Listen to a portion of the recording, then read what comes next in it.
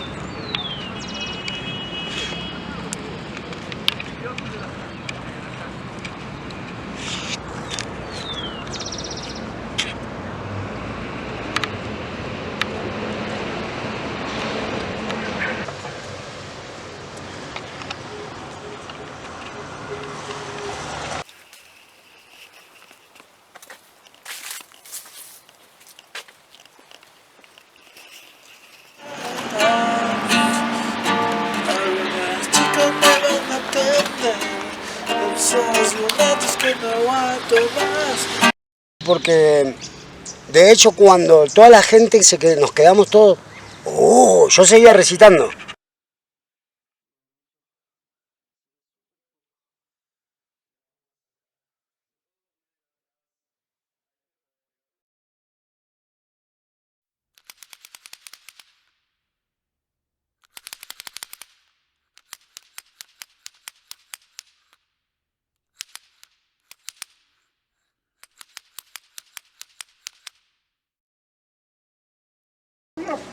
Me parece que tener arte en tu cuerpo es una cosa hermosa y no importa si sea una rayita o sea algo muy complejo, pero me representa mucho la cultura Valdivia.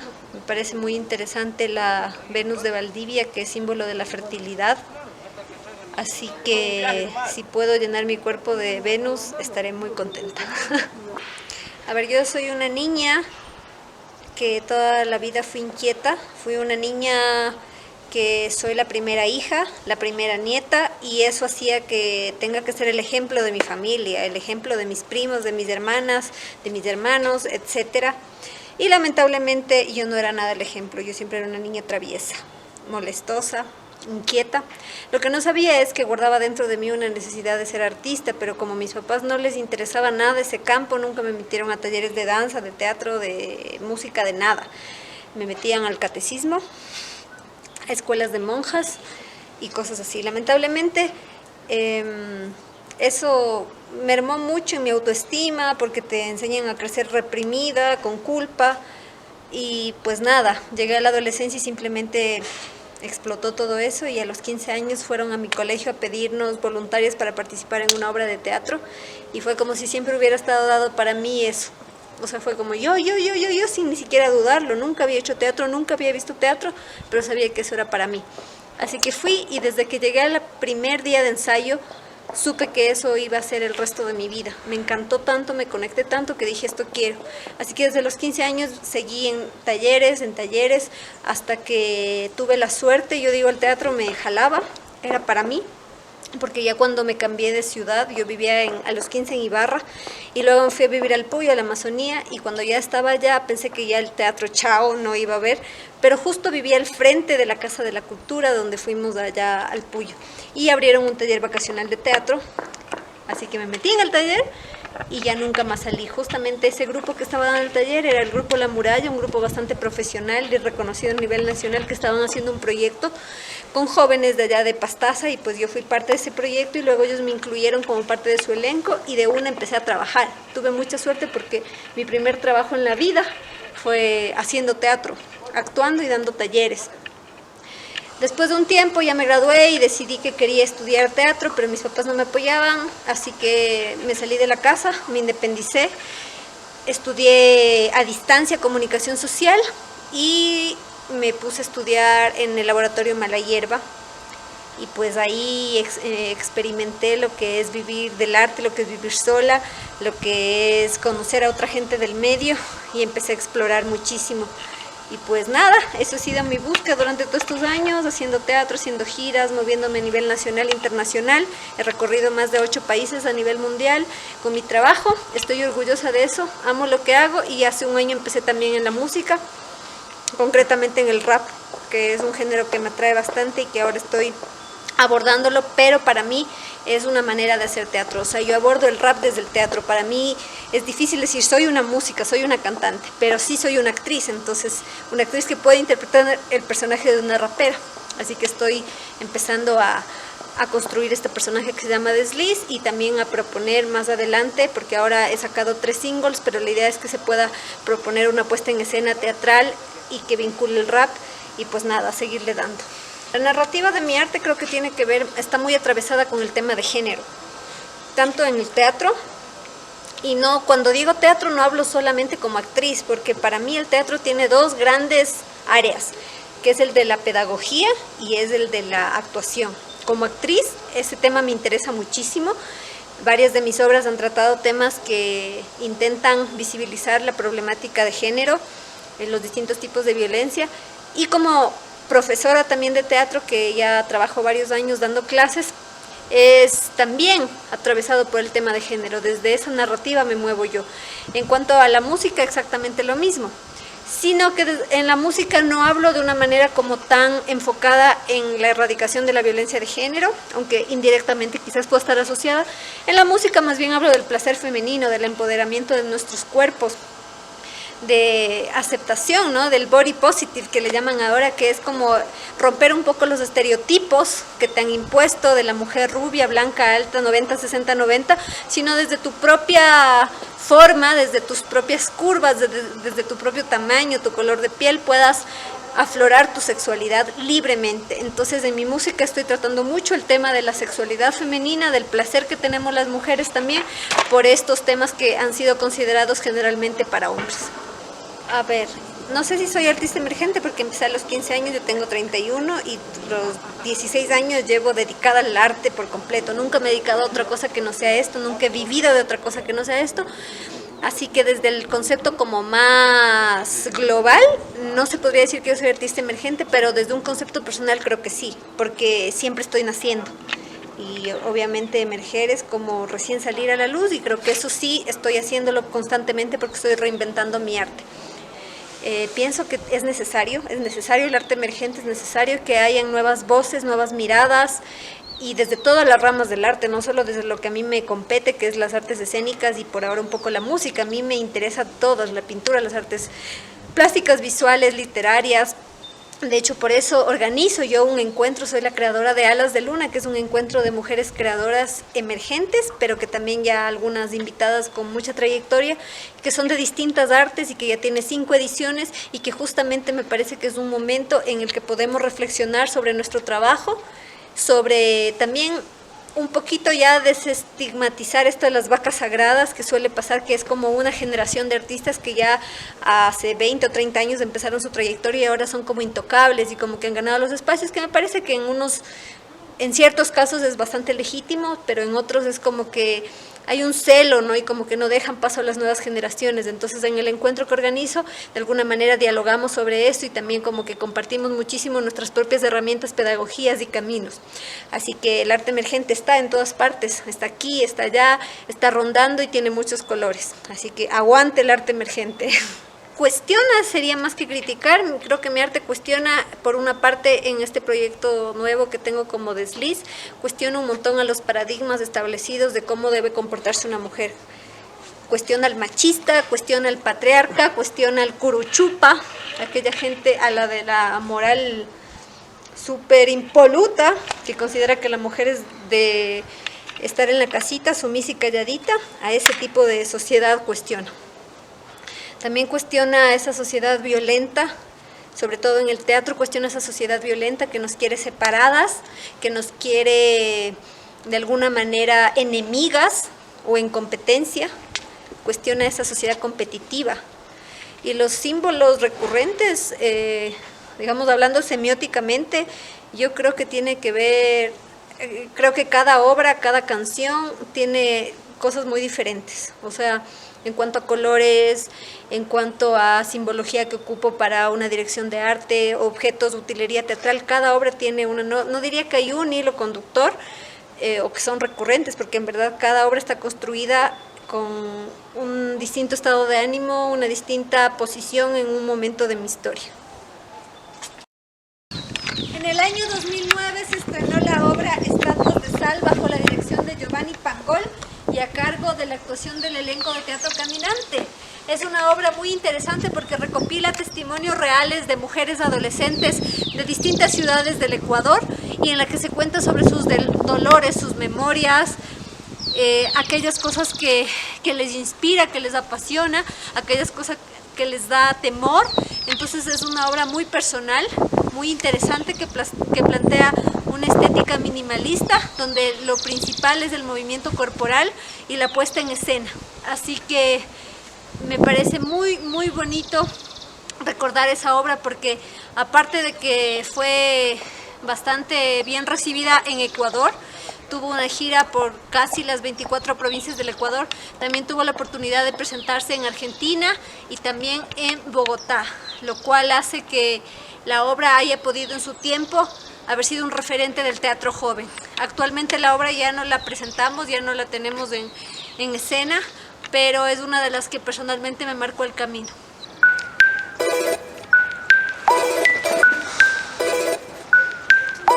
Brindo por la Chu, celebro por la Chu, canto por la Chu. Ay, tengo rica mi actitud, traigo mucha luz, brindo por la Chu. Ah, este 2020 no te lo esperabas, yo nacía cuando esto empezaba. Con mis rimas, papi, yo te cautivaba. Ahora pues sin frenos estoy preparada, tengo mis maneras de tumbar esta linda torre de cristal. Soy de aquellas hembras que renace si el mundo se va a acabar.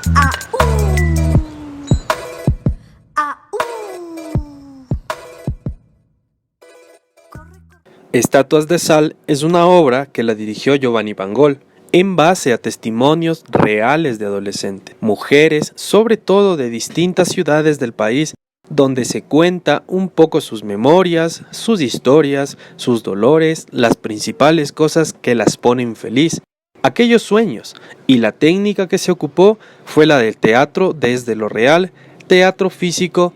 Todo es minimalista, se ocupa mucho el cuerpo. Respecto a mis obras, creo que las que más han marcado mi camino son Estatuas de Sal, que fue siendo parte del colectivo Teatro Caminantes cuando éramos 4.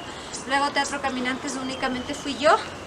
Y pues ahí montó una obra muy interesante que se llama Descalzas, la cual igual ha ganado premios y ha girado alrededor de Ecuador. Y también el año 2019 se presentó en Solsona, en Cataluña, España. Otra de mis obras emblemáticas es La Niña de las Caracolas, un monólogo dirigido por Belén Ochoa y con texto de Jimena Ferrín, una de las pocas dramaturgas ecuatorianas, y que pues igual fue bastante interesante confrontarme a un monólogo en el que se habla de la relación un poco tóxica entre una madre y una hija. Y yo interpreté los dos personajes, entonces era realmente un trabajo muy profundo de conciliarme con mis dos lados. Otra obra que me ha marcado mucho el camino es Fauno y Lis. Teatro Caminante igual es una adaptación del texto de Fernando Arrabal. Hay una película de Jodorowsky que se llama Fauno y Lis también. Nuestra versión se llama Fauno y Lis porque hicimos que sea el personaje mítico ¿no? Que sea como la metáfora de Fauno y que habla de las relaciones de poder entre una pareja, con la que nos pudimos ir a Alemania, a Bélgica y aquí en el Ecuador en las 24 provincias. Creo que son las principales porque de ahí he hecho obras pequeñas, pequeños monólogos, números, sketch, pero creo que estas que te mencioné son las más importantes y trascendentes de mi carrera.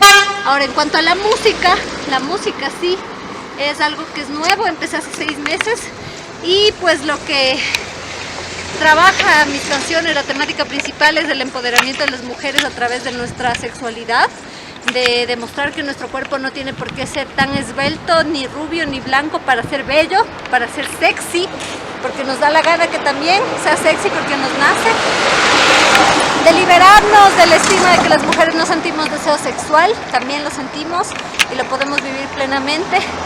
Y pues tengo 3 sencillos, el primero se llama Brindo por la Chu, que salió en septiembre, Give Me Una Muchita, que salió en diciembre, y hace 2 o 3 semanas que se estrenó mi tercer sencillo, que se llama Mujer de Mala Maña, y que habla de todas las mujeres amantes del placer. Son los 3 sencillos de un álbum que va a salir ya para finales de diciembre. Voy a ir sacando temas hasta que tenga el álbum completo y luego pues a presentar shows por todos lados donde se pueda, mezclando el teatro y la música.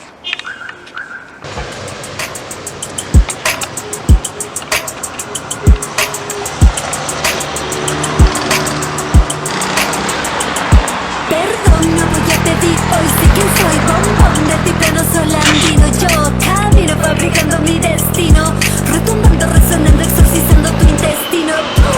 ¿Y qué destino? El que yo quiera. Aquí decido a mi manera. O te contagias, o te envenenas, o te revelas, o te encadenas. Mujer de mala maña, adoro el vino como la caña. El deseo es mi religión, gozar la vida es mi profesión. Mujer de mala maña, adoro el vino como la caña. manifiesto del arte lisexístico. Un país, un mundo, una ciudad, una casa libre de acoso, libre de violencia sexual es lo que busca mi arte. Arte libre de acoso.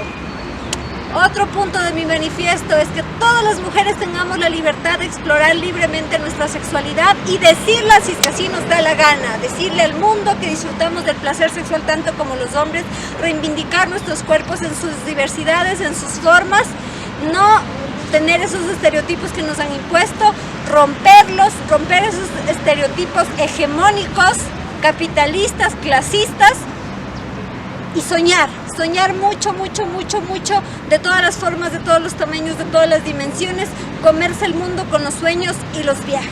Ese es el manifiesto de mi arte.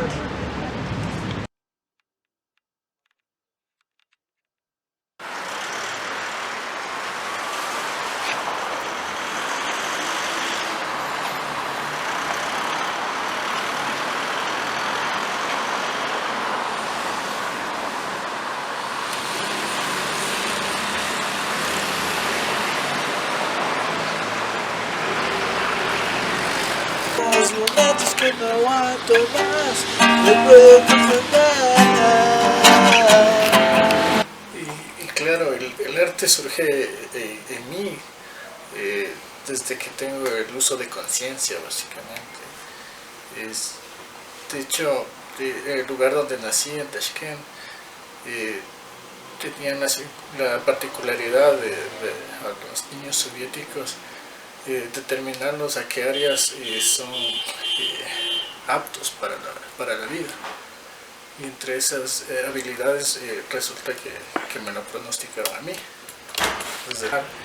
Podríamos decir que yo tengo el apoyo de mi familia total para tomar cualquier decisión que yo quiera en el tema de hacer un bien social o un bien para mí mismo, ¿no? Es todo lo que nuestras familias quieren de nosotros, el bienestar.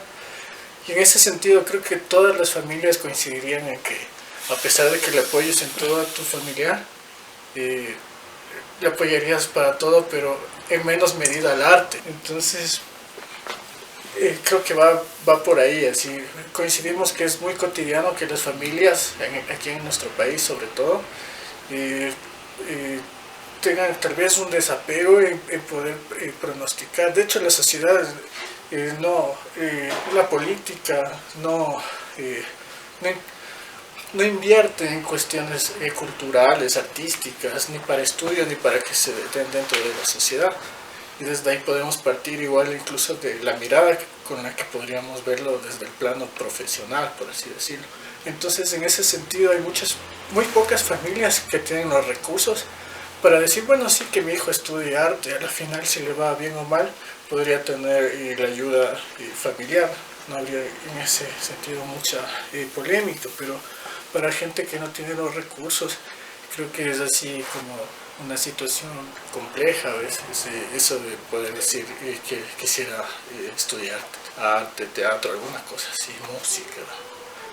Entonces, creo que actualmente, por suerte, tenemos algunas herramientas que nosotros como humanidad podríamos transformarlas para un bien social, que sería crear contenidos digitales en el que podamos compartir técnicas artísticas de cómo elaborar piezas editoriales, por ejemplo, en la literatura, qué sé yo, cómo ejecutar ciertos instrumentos, cómo leer música, cualquier cosa que por lo general encontramos en la academia o en lugares donde es difícil adquirirlo. De hecho, ahora la sociedad cada vez ecuatoriana tiene menos acceso a la educación universitaria, no hay acceso a internet. Son muchos factores que permiten a la humanidad crecer en cualquier campo en este sentido. Pero creo que los humanos podemos transformar con las herramientas que tenemos estos espacios, inundarlos de cosas positivas dentro del mundo del arte. Tomo de nuevo esta idea, ¿no? de tener la suerte. Hay un tema de escape que me gusta, que dice, una de sus líneas dice: qué suerte hay que tener al nacer. Y es eso, ¿no? Porque, digamos, a gente como a mí, que siempre me gustó el arte, que me hubiese gustado tener más clases de teatro o instrumentos para tocar, para hacer música, estudiar música. Entonces, en su tiempo no tuve toda esta posibilidad de realizar mis sueños por falta de recursos, por así decirlo. Y para mí la música es totalmente vital. Para mí recién aparece cuando yo tenía 20 años.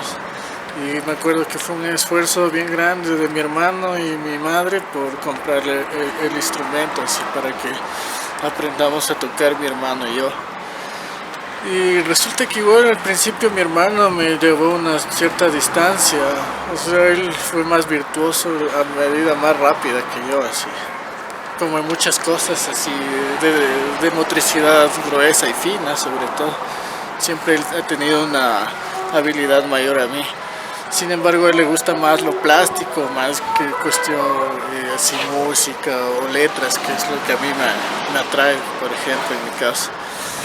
Y para mí, o sea, igual la música ha sido, si te imaginas la cuestión de lo difícil que fue conseguir en mi núcleo familiar una guitarra para poder tocar, igual era difícil tener el acceso para estudiar en una escuela de música, por ejemplo, de canto, de alguna de estas situaciones. Y en ese caso creo que igual las brechas se han ido disminuyendo con estas herramientas digitales que actualmente tenemos. Suponte, yo he aprendido bastante de técnica musical a través de YouTube. Aprendí a tocar el piano en YouTube, por ejemplo. Llegas a un momento en el que ya a través de la experiencia y la práctica de la música, tú ya vas adquiriendo habilidades de desarrollar música en cualquier instrumento, por ejemplo. Así es solo ya aprendes en el transcurso del tiempo a leerlo. Yo creo que ese es uno de mis objetivos de vida, así poder transmitir cómo interpretar la música de manera fácil, cómo brindarles mayor cantidad de herramientas a personas que, como yo en mi caso, no tienen los recursos para entrar a una academia de música, por ejemplo, y estas situaciones. Y me encanta que hay igual dentro del arte gente que desde la literatura, la danza, el cine, están creando espacios para gente desde el lado de vista emergente, como figura nuestra aventura de hoy, querido Gonza. Eso me pueden buscar siempre para compartir ideas, música, literatura, la vida. Igual pienso que la música puede hacer magia, el arte puede hacer magia.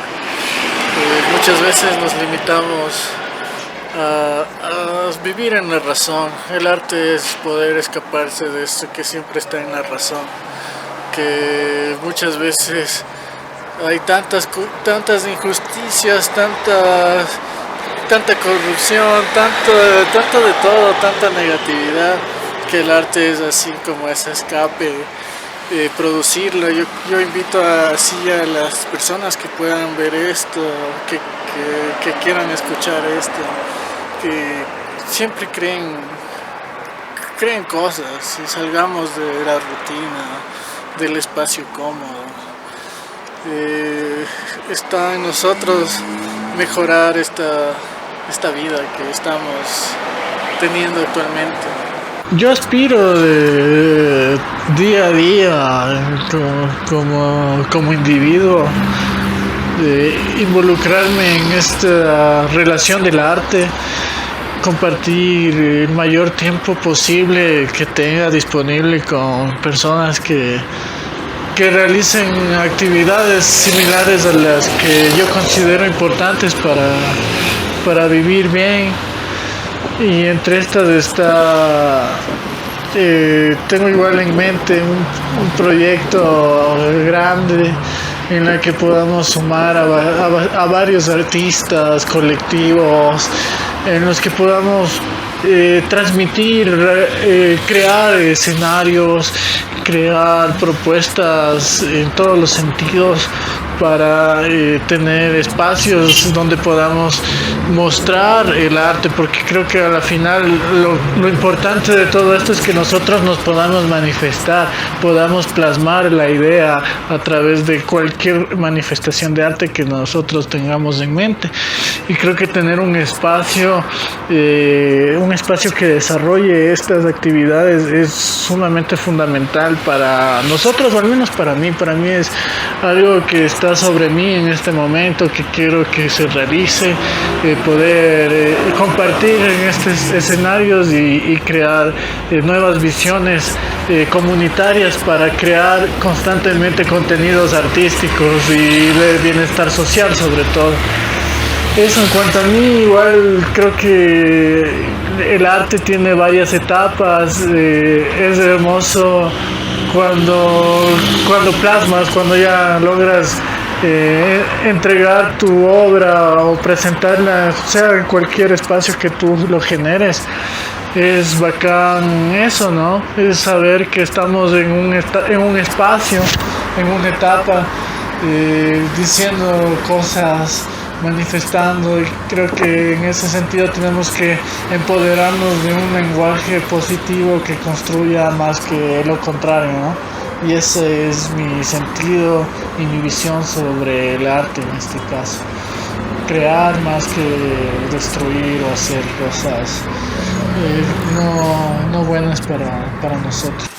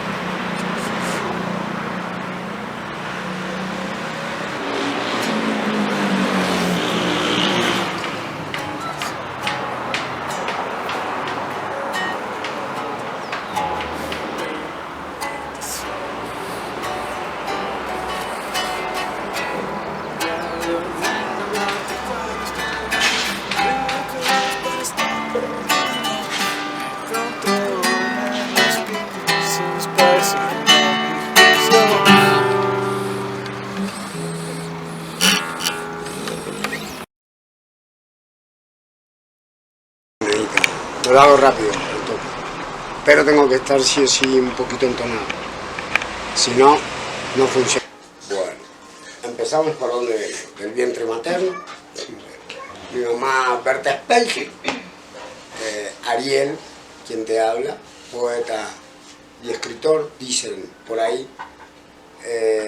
Bueno, en realidad dicen por ahí, yo también lo siento, porque escribí un libro, Semillas de Conciencia, y hoy en día me gano la vida con lo que he escrito del libro, recitándole poesía a la gente.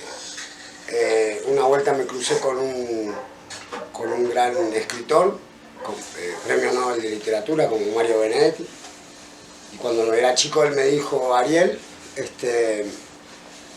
cuando te dediques a vivir de lo que escribas, le vas a poder decir al mundo que eres escritor o poeta. Entonces, lo digo porque vivo de lo que escribo. ¿De dónde vengo? De Argentina, nací en Argentina, en Córdoba, en la Sierra. Fui criado en Buenos Aires, en Palermo, entre Palermo y Recoleta, capital federal. Cuando era pequeño, a eso de los 12 años, comienzo a escribir. Fue para un trabajo práctico de la escuela. La maestra del séptimo grado, del último grado de la primaria, dijo: chicos, para el lunes, era un fin de semana, para el lunes traigan un trabajo práctico que hable de la vida. La cuestión es que yo, por motivos personales, me escapaba de mi casa. Sí, de chiquito, la bohemia, quizá. Me escapaba de mi casa y me iba a una plaza, a un parque, a un anfiteatro, y dormía ahí. ya mi mamá se había resignado de buscarme, me buscaba con bombero, policía, con... Bueno, la cuestión es que mirando hacia las estrellas una noche para hacer el trabajo práctico, veo que una de las estrellas se ilumina más. Y recordé que tenía que hacer el trabajo práctico. Y entré como en trance. Y empecé a escribir Vivir, uno de los textos que fue el primero que escribí en mi vida. Y de ahí, bueno, seguí siempre escribiendo. Y gracias a ese texto fue que conocí a Mario Benedetti, que salió de la primera edición de Semilla de Conciencia a la 6ª edición fue por ese texto Vivir. Y siento como que conecto, quizás sea con el alma o con algo que desconozco, pero siento que me dicta. Debe ser, por eso considero que el arte es la expresión bella del alma. Hay un texto, Ojos Mensajeros, que fue con muchos testigos y fue en Máncora cuando lo escribí. Estábamos en un fogón con un chamán tomando San Pedro y viene una chica, Soledad, y me da un beso en la boca. Yo había tomado el San Pedro, que es mezcal, medicina natural, ¿no? Había tomado y me da un beso en la boca, Soledad. Y se va corriendo, riéndose. Entonces yo estaba con una pareja en aquel entonces, una chica de Francia. La cuestión es que salgo corriendo a Soledad para decirle, ¿por qué hiciste eso? ¿Qué te pasa? ¿Estás loca? ¿No ves que tengo mi pareja al lado, mi compañera? Y agarra y me dice, no, es que te acabo de pasar un ácido, un LSD. Vos me estás preguntando por lo del trance y por... Ya. Okay. Entonces yo me empecé a sentir mal, mal ya físicamente, porque se me hizo como una mezcla de lisérgica. Exacto. Entonces me meto en la cabaña en Máncora. Bueno, había un complejo de 3 cabañas y una de ellas era donde yo estaba, donde descansaba. Entonces voy a mi cuarto y observo para la punta de la pirámide y veo dos ojitos que me están mirando. Y dije, bueno, esto debe ser por el LSD. Exacto, por el LSD. Entonces agarro un machete que tenía bajo el colchón, pego un salto porque la cabaña, la piramidal, construida en caña, aplastada, o sea que se podía ver a través de la pared. Entonces pego un salto, toco los ojitos, trastabillean y se quedan mirándome, pero del costado. O sea, estaban en la punta de la pirámide, los toco, trastabillean y me quedan mirando del costado.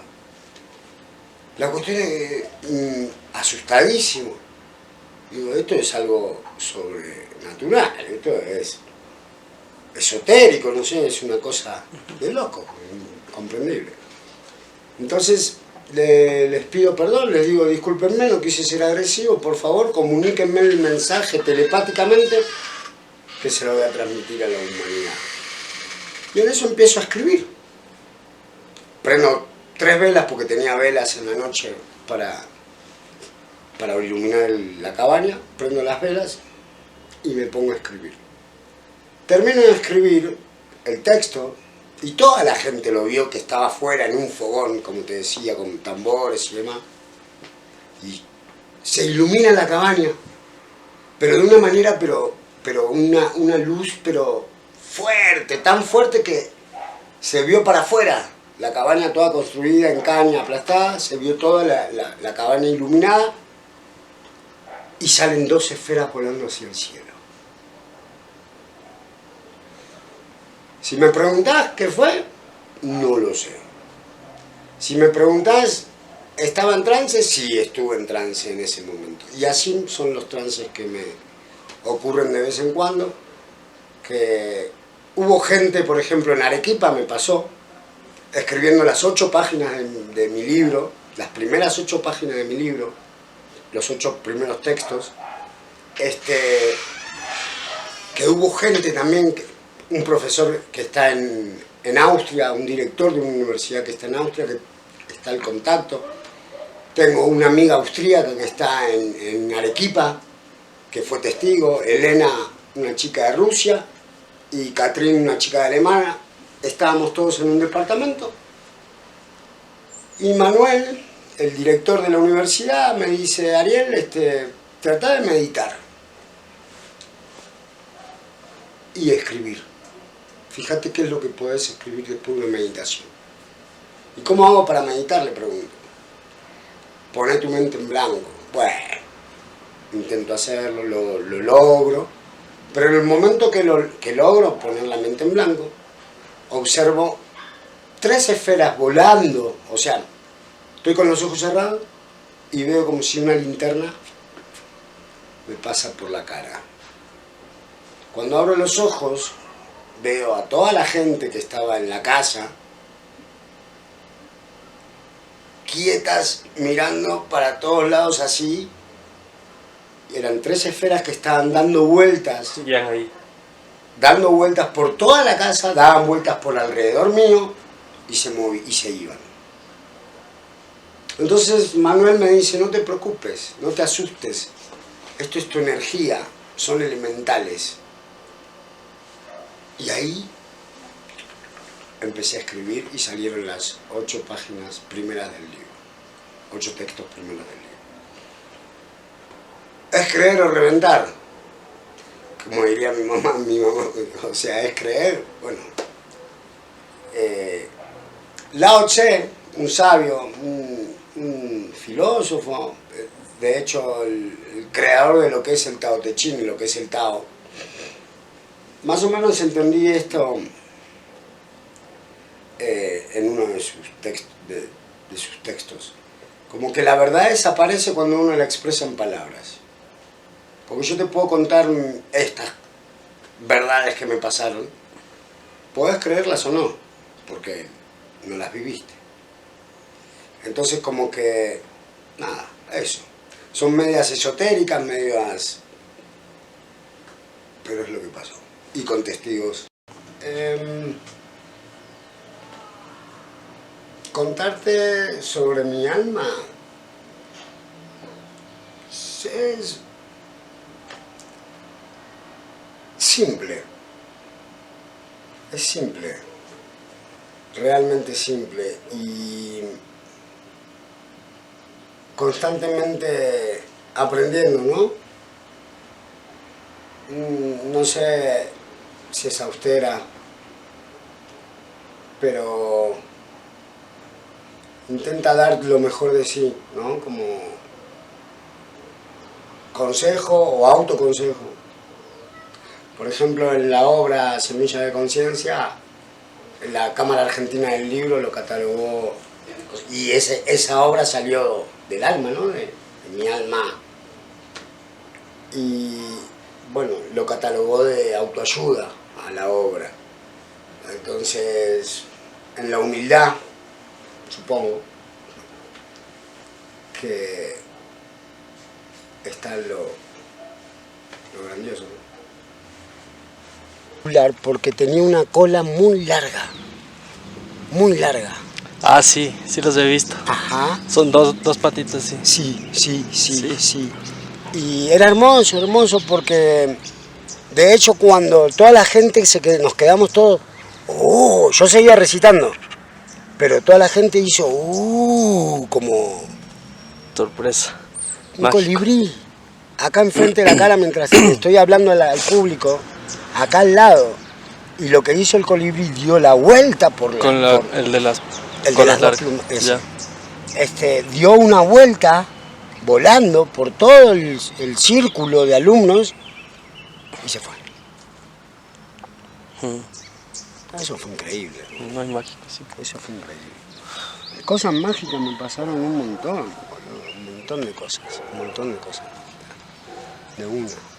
Después otra, te cuento porque justamente tiene que ver con el proyecto con el libro que estoy haciendo ahora, El viaje del peregrino.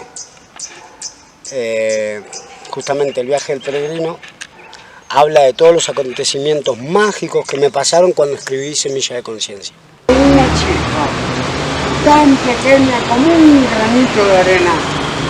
Para encenderla es necesaria la voluntad.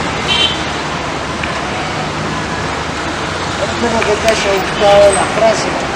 Sabes que en este momento...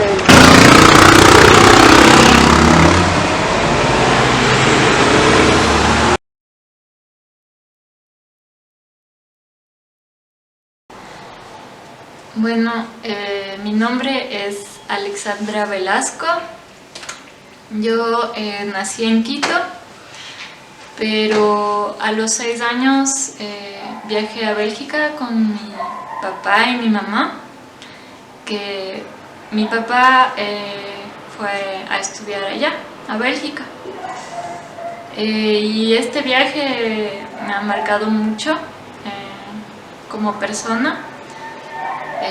Entonces, esa es una de mis particularidades, el hecho de haber pasado la mitad de mi vida en Bélgica, un país totalmente diferente del Ecuador.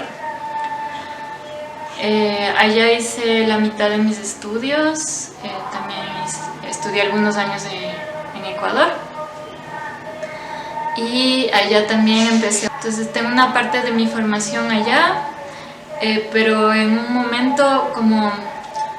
Lo que pasa es que podía haberme quedado a vivir en Bélgica toda mi vida, pero a mí me faltaba mucho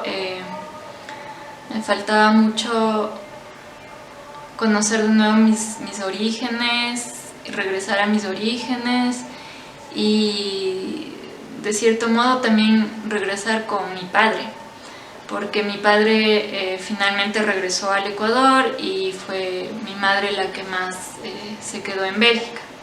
Entonces ya con estas informaciones pueden situarme un poco mejor como una persona quizás más ciudadana del mundo, pero que busca sus particularidades, que busca de todos modos lo que le diferencia de los demás. No es cierto, tampoco me voy a confundir en una masa homogénea de personas que no tienen identidad y decir simplemente me quedo a vivir en Bélgica y ya. Entonces tengo un momento en mi vida en el que tengo que regresar a mis orígenes y también construir una identidad más propia y una identidad que siga los valores, mis valores políticos, mis valores espirituales, mis ideales. Entonces hay un momento en el que tengo que construirme yo como persona. La cuestión del arte siempre ha estado presente en mi vida y no sé, ahora quisiera interactuar un poco más con Gonzalo. Bueno, entonces acerca de mi formación, estudié en un instituto de artes y me especialicé en artes visuales, sobre todo en lo que llamaban la infografía en francés, que se orientaba más a un arte digital, un arte que se podía hacer con las computadoras a través de la programación, cuestiones por el estilo. Entonces resultaba muy técnico. En ese entonces también desarrollé el dibujo por todas las clases que teníamos semanalmente de dibujo. Desarrollé también el diseño gráfico, pero a mí esa formación como que me dejó un poco con ganas de seguir estudiando algo más teórico, pero sobre todo yo sentía ganas de orientarme más hacia lo social, hacia el entendimiento de nuestra sociedad. Entonces fue por eso que me orienté a la antropología visual, que tenía esa necesidad de entender la sociedad en la que vivo y de entenderla también políticamente, teóricamente, seguir esa búsqueda, y encontré esta maestría en antropología visual en la Flaxo, que parecía llenar mis expectativas.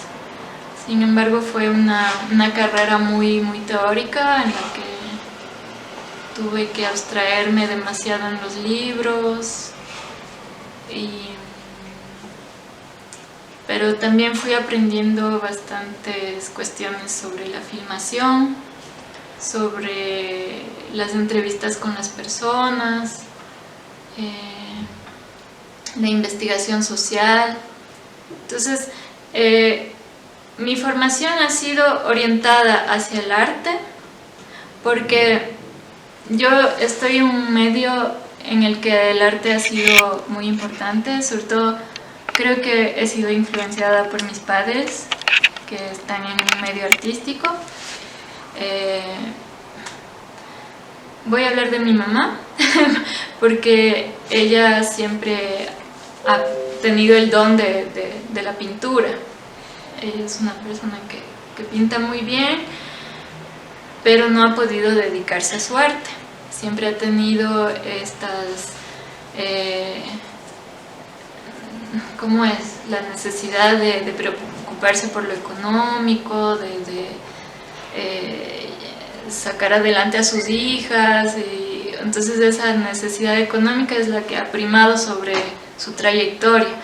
Entonces yo vengo de una familia de artistas que no se han podido dedicar totalmente a su arte porque tienen otras obligaciones familiares, sociales, y en el caso de mi mamá es mucho más notorio porque se ve cómo ella ha tenido que dedicarse a sus hijas, ¿no? Entonces, en esa línea yo he seguido, y por eso fue mi formación también en artes visuales, no es por casualidad. También es una especie de intuición que uno tiene, de que uno tiene que seguir esa formación porque eso es lo que tengo que hacer y esa es mi misión, y eso es lo que me gusta. ¿Quieres ver? No. Ya. Y ponle el otro, cualquiera de los dos o los dos. Mi super obra de arte de los 17 años. Es que allá arriba ya no veo. No se ve. Ajá, ya no sale el encuadre.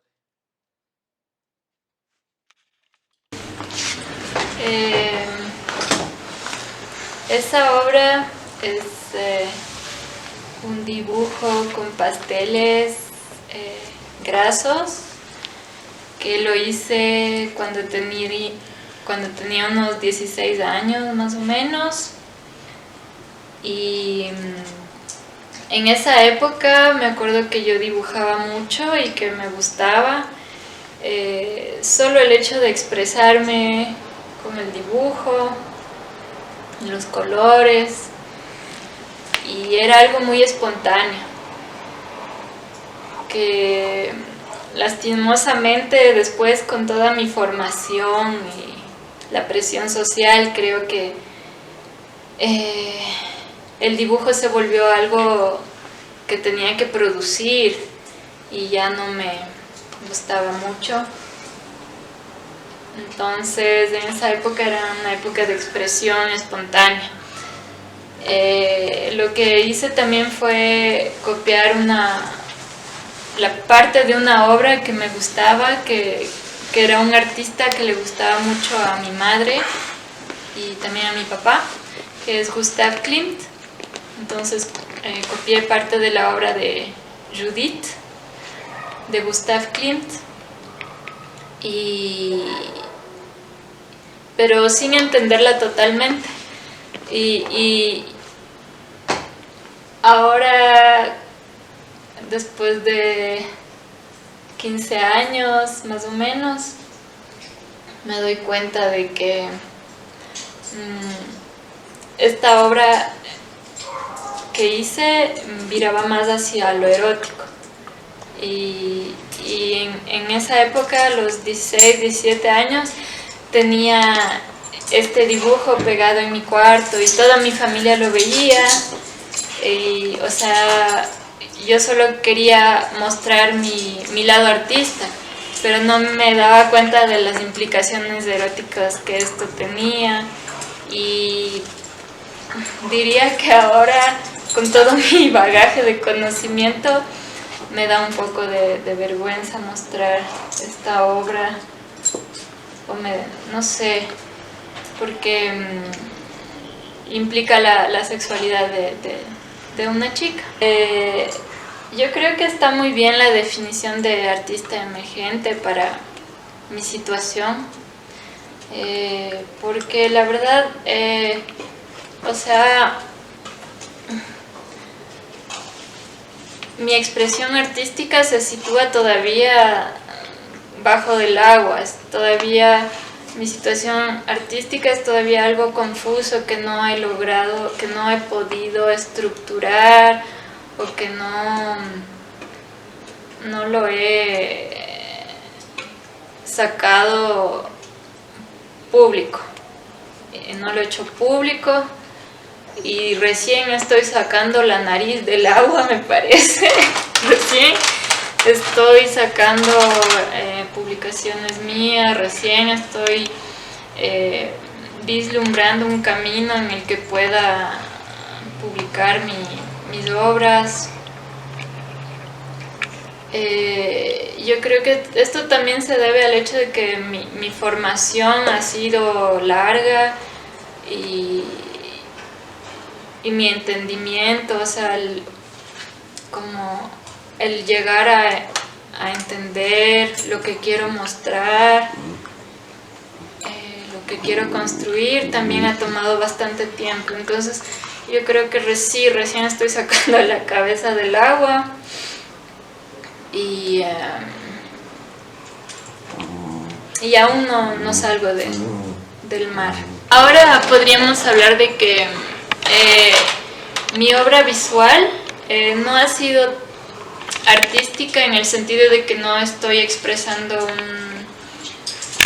algo expresamente dentro de lo artístico, sino que ahora mi trabajo se ha limitado al diseño gráfico. Por ejemplo, tengo una actividad en un colectivo que es el colectivo Quito Milenario, que es diría un emprendimiento familiar y personal en el que tratamos de reunir personas con búsquedas similares que se dan en torno a la identidad andina, a cómo nosotros como seres de un cierto territorio en específico nos acoplamos con este territorio y con las personas de este territorio. Entonces, ellos, en mis búsquedas personales e identitarias, me ha parecido que como sociedad quiteña o ecuatoriana tenemos conflictos identitarios bastante fuertes en relación a esta categorización en clases que nos hicieron desde la colonia, cómo organizaron a nuestra sociedad desde la colonia. Entonces hay conflictos identitarios muy fuertes. Lo que nosotros tratamos de ayudar con nuestro trabajo colectivo es que la gente empiece a reconocer su identidad, no desde lo que le han impuesto, desde la oficialidad, sino que empiece a construirla en comunidad y compartiendo saberes y reconociéndose de un cierto territorio, ¿no? Que en este caso son los Andes. Entonces yo me reconozco totalmente como alguien que ha vivido en los Andes, que ha respirado de los Andes, que es una particularidad. Y entonces mi identidad que estoy construyendo ahora es la identidad andina. Y a partir de toda esta búsqueda es que ahora me estoy dedicando a hacer el trabajo visual del colectivo Quito Milenario. Tenemos un emprendimiento con libros, que es el Quinti Editores, en el que también estamos diseñando libros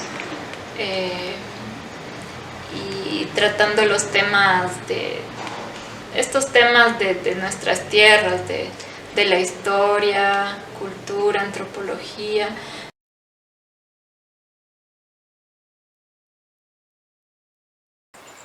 Bueno, hablando igual de mis composiciones, podría hablar, bueno, de algunas, en realidad todas son muy lindas y muy potentes, pero ahorita lo que se me ocurre, que también creo que es súper importante hablar dentro del arte, es del amor, ¿no? Hay una canción que se llama Ama Kungawaichu, que significa no me olvides, por favor. Sí, ¿no? Desde este pedido de cariño, más no desde un ruego. Y dice: Imasinamana kungan inti que ya pas urkukuna karumanta rimas pakatin. Dice cómo nos olvidan cómo no se olvidan el sol con la luna, a pesar de que están a mucha distancia, cómo es que se siguen extrañando las montañas a pesar de estar a mucha distancia. Aparte de la letra también dice cómo es que el sapito le sigue cantando a la lluvia a pesar de que se ha ido. Y cómo los sueños te hablan, siendo solo sueños. Y está, bueno, después dice, y después entiendo y comprendo que aún ausentes siempre están y que cantarle a la lluvia es cantar el amor. Y por eso canto yo hoy, te canto a ti y le canto a la Madre Tierra. Y es hablar, ¿no?, de esta necesidad también de deconstruir el amor, de este amor romántico también súper hegemónico que en la mayoría de letras vamos escuchando, ¿no? También quizás a partir de este ampliar el amor, ¿no? El amor andino. ¿Cómo es el amor andino? Yo me enamoro de ti, pero cuando me enamoro de ti te estoy comparando con las cosas más hermosas de la naturaleza y viceversa. Cuando le veo a un maíz hermosísimo, cuando le veo a una flor, me acuerdo de ti. Y está nuevamente esta conexión de reparar, ¿no? Esta ruptura que se nos ha dado del amor antropocéntrico. Entonces, también el reconocimiento de que el amor es político, y este amor político no está relacionado todo a la pareja con la que compartes, ¿no?, una relación sexoafectiva, sino también a este amor político que tienes, que te mueve para luchar por defender la tierra, que te mueve por tus amigas, por tus amigos, por tus compañeros y compañeras de camino, de trabajo, de lucha, etcétera. Y es este amor que te mueve, amor por ti misma, ¿no? Este amor que nos ha permitido como pueblos originarios, como mujeres indígenas, seguir viviendo a pesar del constante genocidio que se da de ahora de distintas maneras, ¿no?, y desde distintos espacios. Y es ese amor que nos tenemos, es ese amor a nuestras ancestras que nos permite recordarnos y seguir sonriendo y seguir viéndonos al espejo hermosas y seguir viendo que nuestros tejidos, nuestros anacos son hermosos, y es este constante recordatorio, ¿no? Y es este amor también de decir, si yo me enamoro de ti, me estoy enamorando, no me enamoro solo yo, o sea, se está enamorando todo el colectivo que está detrás mío, que son mis ancestras. Entonces, como seamos más responsables con eso también, ¿no? Porque se están tejiendo, pero un montón de tejidos no humanos, inclusive espirituales. Entonces, ¿cómo vamos construyendo estas relaciones afectivas, sexoafectivas, desde una visión más justa, más cariñosa, más respetuosa, y que este amor permita las crianzas de vida, permita la justicia?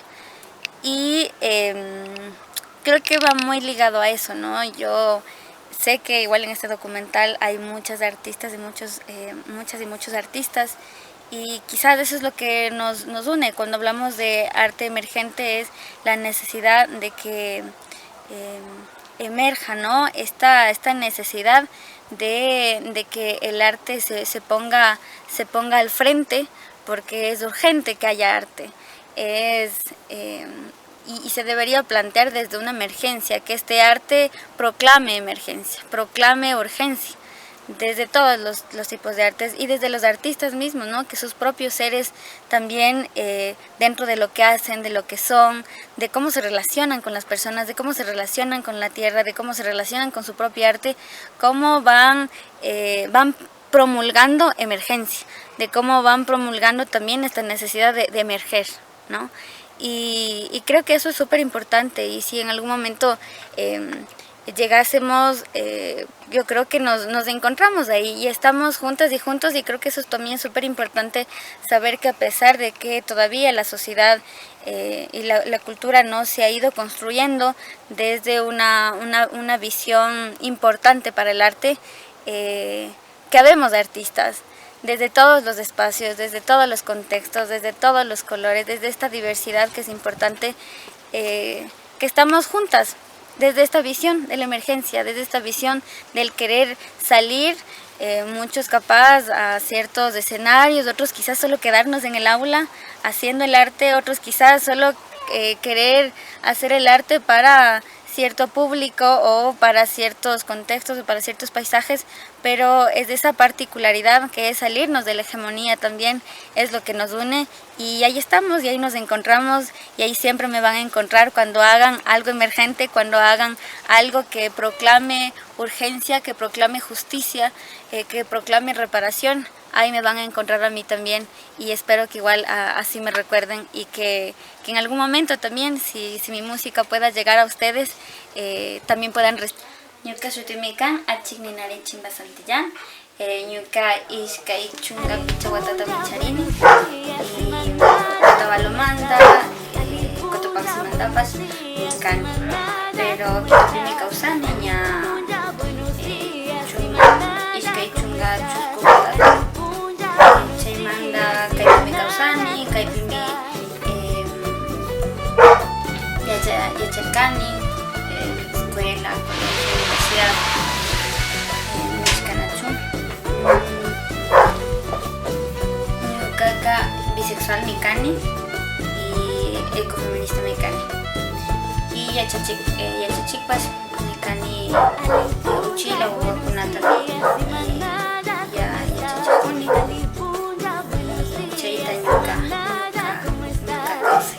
Ñuka causa, runa causa, shimi causa,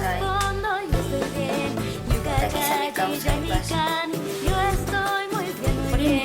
me llamo Achigninari Chimba Santillán, tengo 25 años, soy profesora y trabajo con guaguas de diversidad cultural, soy bisexual, soy ecofeminista, y pues todo lo que hago va en relación igual a la educación, pero también a sostener la vida runa, ¿no? La vida de pueblos y nacionalidades originarias, también desde nuestra música, desde cómo concebimos el mundo, desde el mundo andino.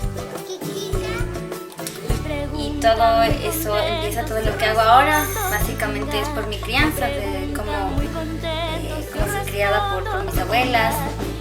Creo que viví una familia muy matriarcal, y eso también me aportó muchísimo a que yo también ahora estoy ocupando los espacios que ocupo, y en honor a ellas, en honor a mis estudiantes, a mis abuelas, abuelos y a mis ancestros, a mis hermanos, pues sigo ocupando todos los espacios que se me es posible, no espacios que siempre se nos negó para las mujeres indígenas. Y cuando mi crianza fue muy distinta, y por eso creo que también me ha dado como un amplio campo de incidencia activista, y también de incidencia en el campo profesional, porque yo estudié en casa, en una escuela que fundaron mi papá y mamá, aquí en la ciudad de Quito, en la plena capital, y eso hizo que mi crianza sea muy, muy diferente, a pesar de crecer en la capital. Mi papá y mamá nos criaron de una manera muy campesina, donde nos levantamos igual a las 5 de la mañana a desmontar, tocaba deshiervar los animalitos, todo, y básicamente tengo los mismos recuerdos que mis primos en la comunidad. Entonces tengo muchísima relación y memoria en torno a lo que conlleva, ¿no? Vivir en el campo y vivir una vida campesina. Ya cuando salgo al colegio, de alguna manera migro internamente en la ciudad, ¿no? A pesar de vivir aquí en la ciudad, y empiezan igual otros procesos en mi vida donde también como comienza esta resistencia constante de saber conjugar el campo con la ciudad. Y de cómo no dejarte absorber por un lado y también cómo no dejarte ser libre por otro lado. Y el arte está súper impregnado ahí porque todos mis tíos, mi mamá tocaba la guitarra cuando era joven, mis tíos igual son músicos, dejaron la música como folclórica que le dicen, ¿no? La música quizás más comercial en estos momentos. Lo dejaron para dedicarse a la música completamente ancestral, tradicional por así decirlo, en el sentido de que se dedicaron a recuperar instrumentos, por ejemplo, la paya de jade, la paya igual de los sucus, de los carrizos, los pingullos, los tambores, el canto igual tradicional. Entonces yo crecí viéndoles ese proceso, viéndoles también como antes tenían su banda de música igual andina, pero quizás desde en ese momento que estaba muy en auge la música más comercial, por así decirlo, donde había violín, donde había guitarra, había charango, etc. Y veo también el proceso que tienen de dejarlo, de dejar el disco que tenían y de volver al fuego, de volver al canto ritual, de volver a los pingullos, a las payas, y de conocer también un abuelo que les dio ese legado, ¿no? Que les dio una paya en jade. Yo recuerdo eso y para mí fue muy muy impresionante también saber que habían instrumentos prehispánicos que todavía siguen existiendo, ¿no? Y la importancia de la música.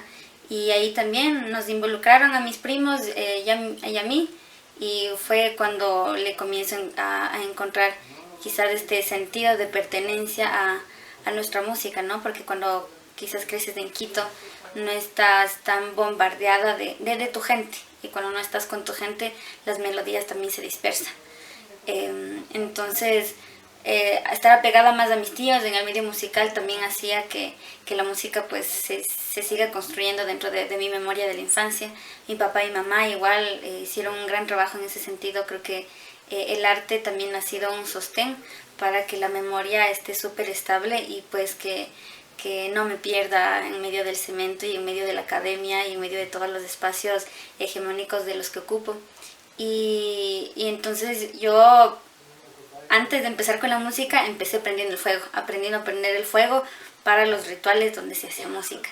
Y después, poquito a poquito, empecé igual a aprender como instrumentos de viento, como las payas. Y ya un poquito de más grande, empecé a coger la guitarra. Igual desde una necesidad de poder acompañar luchas sociales, porque mi papá y mamá hicieron eso. Mi papá también toca la guitarra, pero tocaba la guitarra para acompañar luchas sociales. Entonces también era como para trabajar igual con mis estudiantes, como para poder llegar, y también esa necesidad de incidir desde la música con las y los jóvenes. Y la música pues se transversalizó, ha tenido sus pausas, sus altos, sus bajas, y en ese transcurso igual continué estando en procesos organizativos desde los 7 años. En los 7 años fui parte de la Agenda Mínima Nacional de la Niñez y Adolescencia de Pueblos y Nacionalidades Indígenas de todo el Ecuador, donde tuve la oportunidad de criarme, de formarme con niñez y adolescencia de todas las 14 nacionalidades del país. Y eso me permitió también como construirme y reconstruirme y criarme desde una visión más amplia, ¿no? Quizás no solo desde la sierra, sino también desde una visión desde la Amazonía, desde la costa, porque también somos muy diversas, si es que hablamos desde indígenas de la sierra, ¿no? Hablamos de indígenas que vivimos un poquito más en el valle, otras que viven en el páramo, y son realidades muy distintas, donde hay lugares donde tienen concesiones mineras, en otros lugares de pueblos indígenas donde no las hay. Entonces va ligando. Si yo en el colegio no estudié en un colegio normal, yo estudié todo el colegio por internet, y eso hizo que pues también esté muy presente la música, el arte, y estudiar muchos cursos, intentar aprender lo que más podía, ¿no? Fueron muchas oportunidades que se me dio para devolver acá a los estudiantes. Entonces nosotras estudiábamos, no sé, Kung Fu, Aikido, un montón de cosas audiovisuales igual, porque estábamos en la red NACE, Red de Niños, Niñas y Adolescentes Comunicadores del Ecuador, y lo que hacíamos era replicar, devolver lo que la vida también nos dio, estos privilegios que también se nos va dando, también devolverles a niñas y niños indígenas y afros que estudian aquí en la escuelita. Entonces todo lo que aprendía devolvía acá a los estudiantes, desde la música, desde los cursos que seguía, absolutamente todo, y ahí fue cuando decido así, pero con toda la firmeza, seguir siendo profesora y estudiar en la universidad educación y dedicarle a mi vida a la educación en todos los sentidos. Se conjuga, creo que desde la esencia del arte, ¿no? Porque el arte en realidad surge desde una visión antropocéntrica, desde los seres vivos no humanos.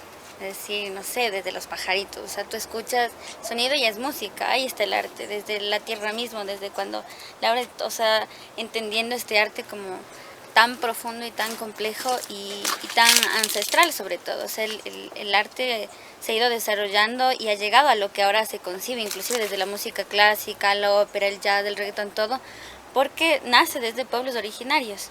Entonces, cuando entendemos eso, es necesario llegar a esta esencia, ¿no? Que se rompió en el camino del arte para que el antropocentrismo también esté súper impregnado en el arte, ¿no? Y eso significa que el arte sigue siendo colonial, porque el antropocentrismo es colonial. Entonces, volver a recuperar esta necesidad de ver el arte para las formas de vidas no humanas es volver a cantarle a las semillas, porque escuchan, que son otras personas, son otras formas de vida, cantarle otra vez al agua, cantarle al viento, porque de ahí es donde, por ejemplo, en nuestras culturas es donde se sacaban melodías, es volver también a escuchar a los pájaros, cantarles a ellos y también dejarse escuchar, ¿no? O sea, que tiene que ser un proceso de muy viceversa.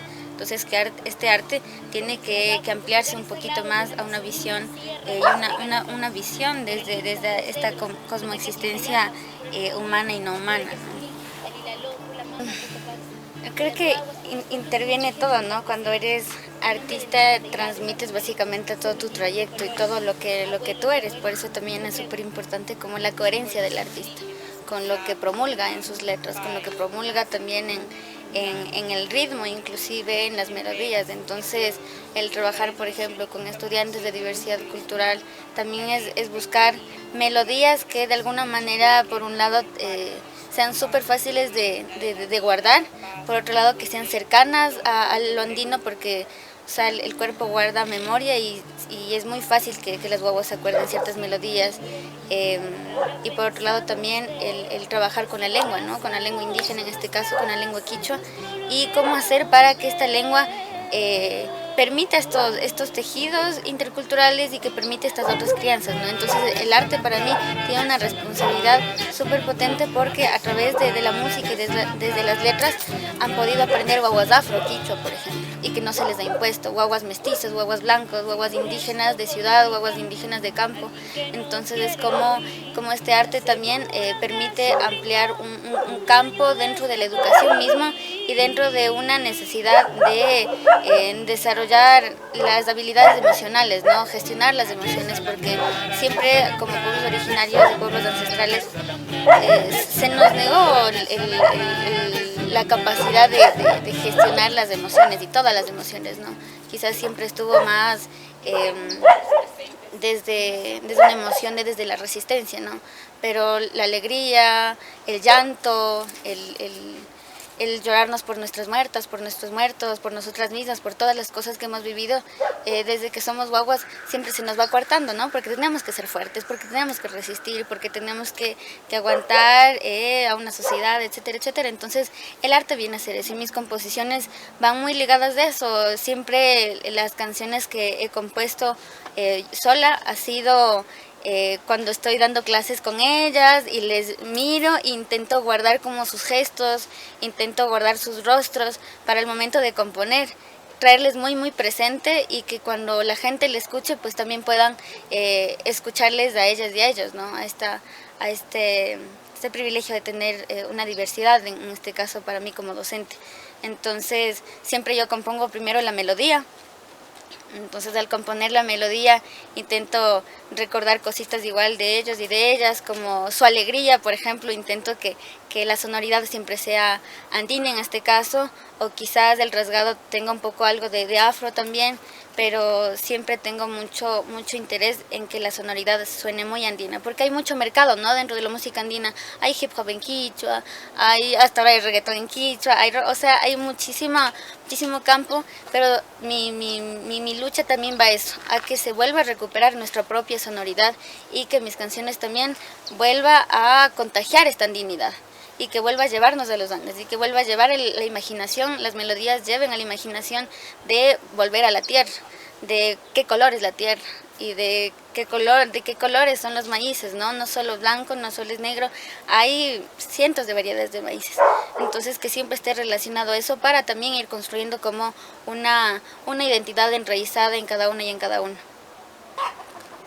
Bueno, yo creo que como hago siempre música con mi hermano, después de un largo trayecto igual de pensarnos, de escuchar igual a las mamás que afortunadamente siguen haciendo música tradicional, a la gente que sigue haciendo música tradicional, hemos visto que en efecto la música andina es como súper amplia, ¿no? Tiene un montón de matices y la mayoría de campo que ocupa de alguna manera es bastante comercial, entonces y hay una esquinita súper chiquitita que se está desapareciendo, que es la música tradicional.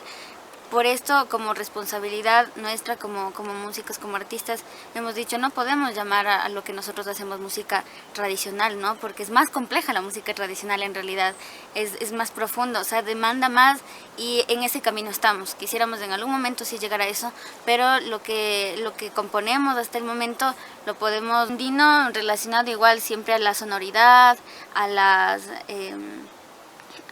cadencias igual musicales o en qué tonalidades las componemos, porque también depende de eso si suena andino o no suena andino, como tradicional me refiero.